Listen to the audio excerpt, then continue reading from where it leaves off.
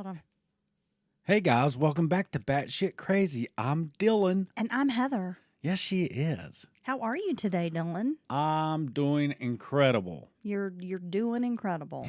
You could just say, I am incredible. I'm good. I'm good. Okay. I'm doing well. Nice. Okay. Yeah. I have an exciting topic for us today, Dylan. Yeah, this is a good one. We're going to talk about the great beast, 666. Ooh. Yeah. Yeah. Aleister Crowley. Oh. Now, what do you know about Aleister Crowley? I don't know. What little I do know, he just seemed like a gross guy to me.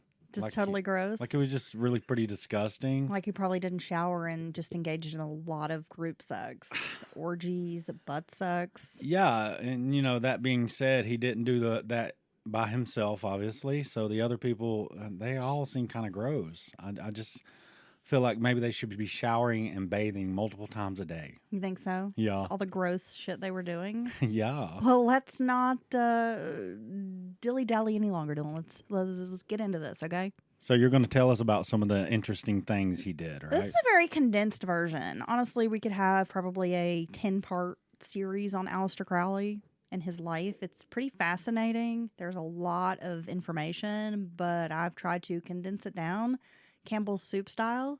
Cool. Yeah, so just add the water. It's going to be a watered-down version. Are you ready? So this is the can that you put in a recipe to make a nice casserole. Sure. Okay. Edward Alexander Crowley was born October 12th, 1875, to parents Edward and Emily in Royal Leamington Spa, which is in Warwickshire, England. Wow. They have some fantastic names of counties and towns and villages in England. Yeah, I must agree. The UK has some of the best names for townships and villages and areas. His family was affluent. Edward Sr. was an engineer, but his family owned Alton Ales, a brewery, which allowed him to retire before Aleister was born.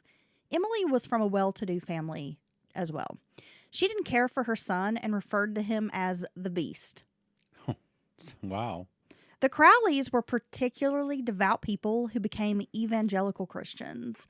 Edward Sr. was born into a Quaker family, but converted to a faction of Christianity, like a fundamentalist Christianity known as the Exclusive Brethren. That sounds like a small group of people who think their shit don't stink. Well, every morning at breakfast, Edward Sr. would read passages from the Bible to his wife and son. He also spent time traveling as a preacher, spreading the word of Christianity.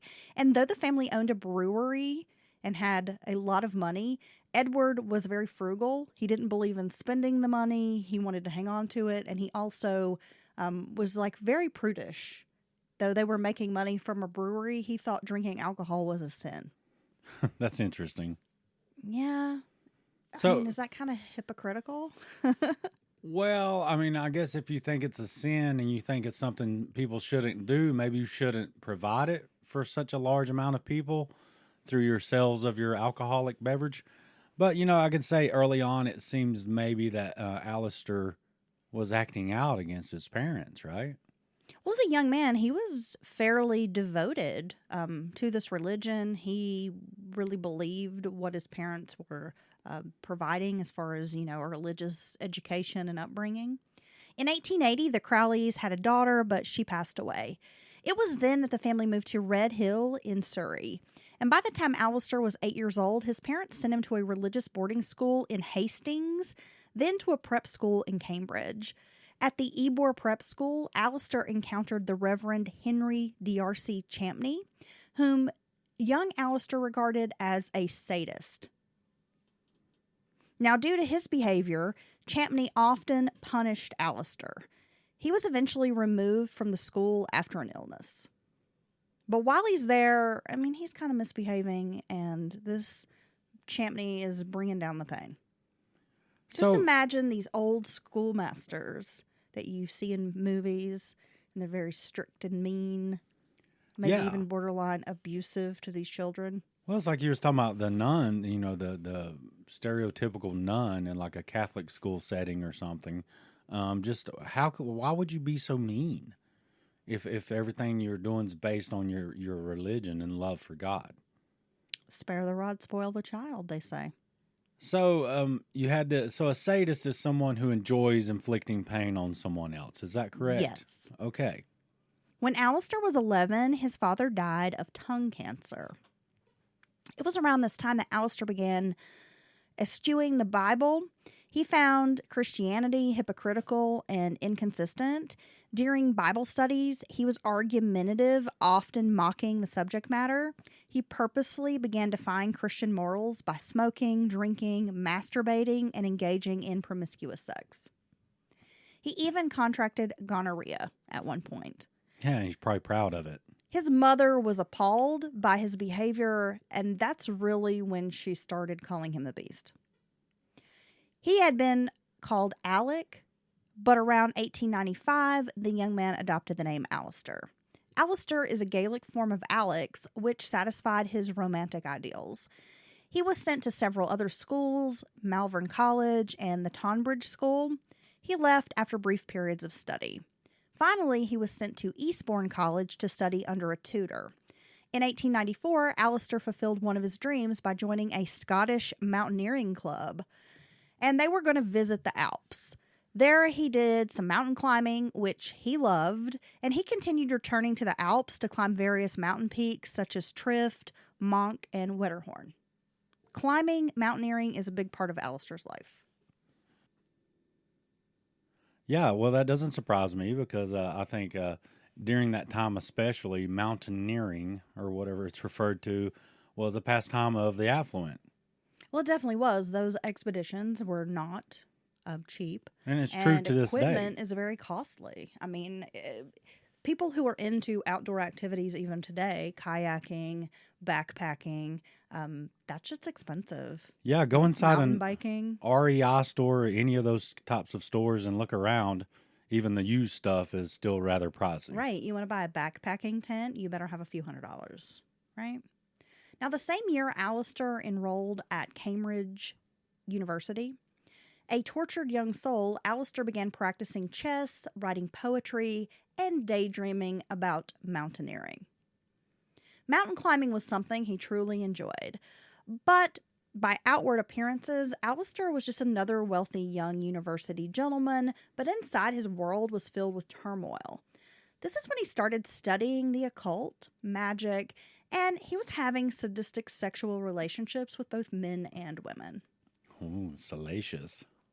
On a trip to Stockholm in 1896, Aleister is believed to have had his first bisexual experience with another man.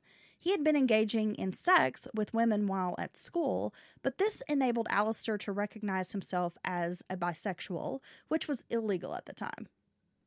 Yeah, I think it seems like he's just doing everything he can to be kind of outside the norm.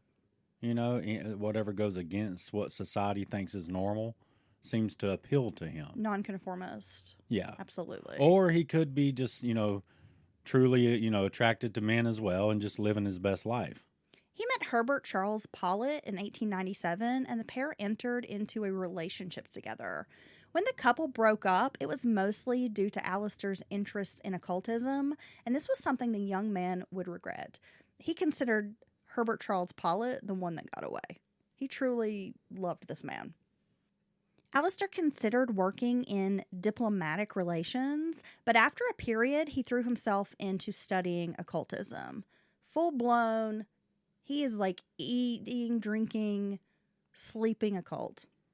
So all his free time, maybe he's even ignoring other things maybe he should or used to do, simply to study the occult, immerse himself in all this information or anything he can find about it. Exactly. And let's face it, Aleister Crowley is a rich kid with a trust fund.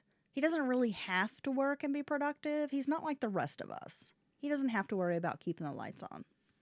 No, and oftentimes when people immerse them or go down these some of these paths, it takes someone who doesn't have the everyday worry about work, food, keeping the lights on, so you can, and you see this nowadays. These people who are, I just took a couple of years off and backpacked around Europe. You know what I mean? It's like, yeah, okay, like some people save up and do that. I know that, but Enlightenment is a privilege. right. Exactly. In 1898, while in Zermatt, Switzerland, he met a chemist named Julian Baker, who was a member of the Hermetic Order of the Golden Dawn. The order was dedicated to studying the occult and had a strong interest in the paranormal. Aleister's interest in alchemy attracted him to Baker's group. The order was founded by Baker's brother-in-law in 1888. When they returned to London, Aleister was introduced to the order. He was initiated into the Order of the Golden Dawn in 1898. Aleister invited a member named Alan Bennett to move into his London flat and serve as his magic tutor. Oh, so Aleister is all ready to be a sorcerer now, huh? He wants to be a sorcerer. He wants to wear a wizard hat. Well, who can blame him? And a cloak. I want all those things in my life. Well, why do you not have those things? Well, I don't know magic. Or I don't know just straight Why up. do you not quit your job and devote yourself to this? Because that would last about 2 weeks You think so? before all the bills were due. Yeah, that's true. The two men experimented with ceremonial magic and ritual use of drugs. They performed rituals of goeta. Eventually, Aleister purchased a home on the shore of Loch Ness, the lake where Nessie lives, right? Now, I don't think some people realize that now some of these rituals, it wasn't just we get together and for an hour light some candles and chant a few words. Some of these rituals were day-long, week-long, intense, very, where you have to, whatever the ritual. Mentally, physically Yes. taxing rituals, often involving sex, Yes. various forms of sex, orgies. And fasting.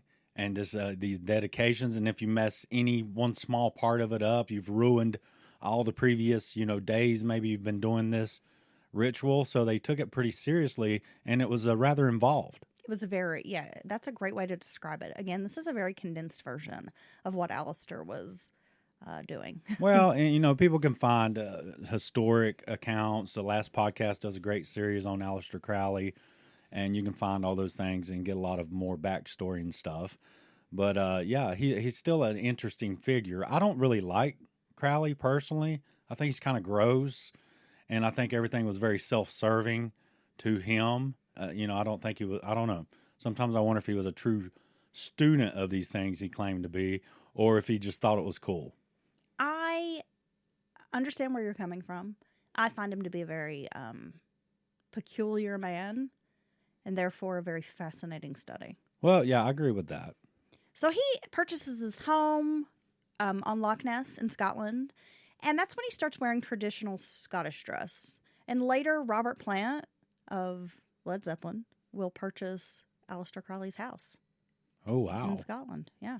I bet that place smelled. He wrote and published poetry, and though Aleister had made his way to the Second Order, which was a higher level of the Golden Dawn, his libertine lifestyle had earned him a bad reputation among the group. They refused to initiate him into higher levels, so he, along with members of a French order, thought they would overthrow this London group. However, did not end well. After a legal ruling by a judge, Aleister was kicked out of the order.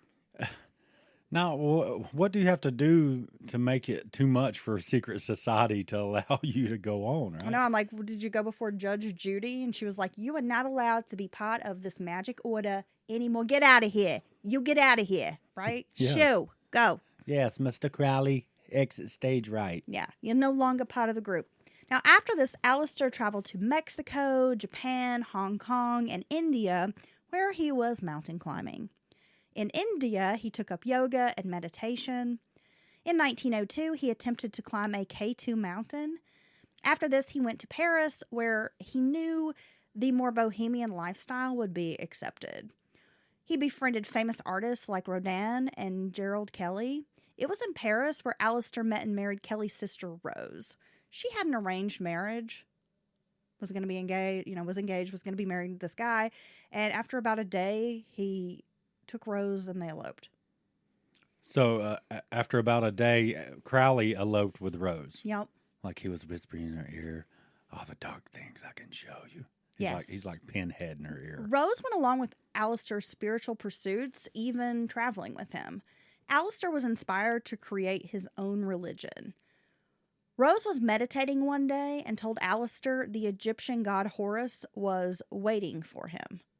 And Aleister found this frustrating because, he had spent a long time performing these various rituals, trying to contact, Horus and other, otherworldly spirits and powers. And she just took an afternoon nap and woke up. Was like, Horace wants to talk to you. Yeah, pretty much.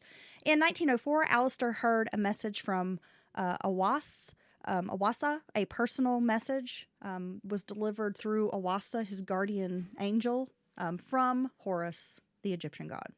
So that's interesting. He's a student of the occult. He's trying to learn everything he can about the occult, which tends to be dark and all that. But he still has a guardian angel, which I find interesting. He transcribed a book, which would be called the Book of Law. It would be the basis for a religion called Thelema. The main teaching of Aleister's new religion was his personal mantra, do what thou wilt. Meaning, do what makes you happy, live your life. Do you have any problem with that phrase? I do not. I agree. Do what you want with your life as long as you don't harm others, right? Exactly. Yeah, I think I think more people should live like that. The teachings were very similar to the Hermetic Order of the Golden Dawn. In 1907, he founded a new occult order called AA. He spent all of his time building the new order, from writing its literature to recruiting followers. His wife, Rose, was descending into alcoholism. And honestly, how could she not? They were living this very strange lifestyle filled with ritual drug use, magic practices. Her husband is obsessed with the occult. And it's this very hedonistic lifestyle. Hedonistic sexual experiences. Well, Dylan, even if Rose was kind of into this lifestyle, eventually it's going to catch up. We know you cannot live that sex, drugs, rock and roll lifestyle for decades. No, even for like some years, because eventually you're just going to wear out. Well, you're burning the candle at both ends. That's a great way to describe it. Absolutely. Their daughter Lilith died of typhoid in 1906, and he blamed Rose for the child's death, believing it was her madness and inability to grip reality that had caused it. Not cool, Aleister. Another daughter named Lola was born in 1909, but by then the couple's marriage was over. Rose was committed to an institution in 1911. The divorce sent Aleister into a nomadic style of living, traveling from city to city. He had a son named Aleister Ataturk with a prostitute, and rumors spread that Aleister was working as a British spy during this time. Oh my goodness. He continued his sexual exploits, creating what he called sex magic and publishing more occult books. During World War I, he moved to Sicily. He set up the Abbey of Thelema there. His followers were experimenting with drugs, sex magic, and other strange rituals. The British government began a smear campaign against him, and eventually he was evicted by the Italian government after a man died under mysterious circumstances in 1923. There was allegedly a ritual where they consumed the blood of a cat, which caused this man to expire. Yeah, you must be doing a lot when an entire government puts forth a smear campaign against you and your exploits. He moved between England, France, and Germany, but continued practicing Thelema until his death. He found an assistant who helped him transcribe the teachings and publish more books. And by the late 1920s, he married a woman from Nicaragua named Maria Teresa Sanchez. The couple presided primarily in Britain at this point. During World War II, Crowley had friendships with known members of the intelligence community, such as Ian Fleming and Roald Dahl. Rumors persisted that he was working for the British spy agency, but there was never a true confirmation. Well, that's some pretty famous men of the intelligence agencies there. Now, Ian Fleming wrote the Bond books, correct? Yeah. And Roald Dahl, we all know, is a famous children's author, but was also a member of the intelligence community. Well, that's interesting. The BFG. So just by association, people are like, see, we know he's a British spy. So I guess his cover is to go around and be this quirky, weird guy who does all this taboo stuff. But in reality, he's collecting information for the British government. Allegedly. Which actually would be a good cover if you think about it. It's a great cover. Because people are going to trust you and they're going to be like, wow, that guy's really weird. And the last thing they're going to think is he's working for. And so even them putting out an obvious smear campaign against him could actually be adding to his cover as a spy. We're like, wow, the government doesn't even like him. But in reality, he could be feeding them information. He could be. Or feeding them blackmail information about these aristocrats who were involved in these occult activities, that kind of thing. Well, that's the thing. His entire lifestyle and his character could set up these situations that would either get information or create a blackmail scenario. So, yeah, I mean, it's very possible, but I don't know if I believe it. So the only true bit of information we have about this is that at one point, Aleister did try to work with naval intelligence, but was rejected. So we don't know for sure if he was like a secret agent. Now, on December 1st of 1947, Crowley died from chronic bronchitis. His funeral was a black mass and only attended by a few of his closest friends and associates. The impact of Crowley lives on not only in occultist circles, but he's inspired writers, artists, musicians, and poets. For some examples, he appears on the cover of Sgt. Pepper's Lonely Hearts Club album by the Beatles. You can find an image of him. There? He is. Okay. His beliefs were that the key principle of life was to pursue each individual's will regardless of popular opinion. He designed a new sequence of tarot cards and discussed them at length in the Book of Thoth. I'm sorry. I was going to say that hoe over there. I mean, I don't know. It looks like that hoe over there in 1944. So, he's got these tarot cards. I've never seen the Aleister Crowley deck of tarot cards. Now, have you heard some of the poems before, some of the content of these said poems? No. Well, it's ridiculous. It's just ridiculous, gross, like way over the top, describing sexual, blah, this and that. And honestly, I think... You sound like a vanilla person, Dylan. No, I'm not vanilla at all. Thanks for that. I'm very adventurous, rather adventurous.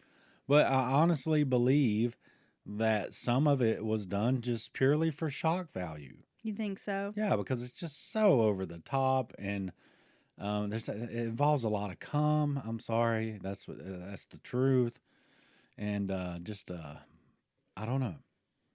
I don't get it. As night hath stars more rare than ships in ocean faint from pole to pole, so all the wonder of her lips, hence her innavigable soul.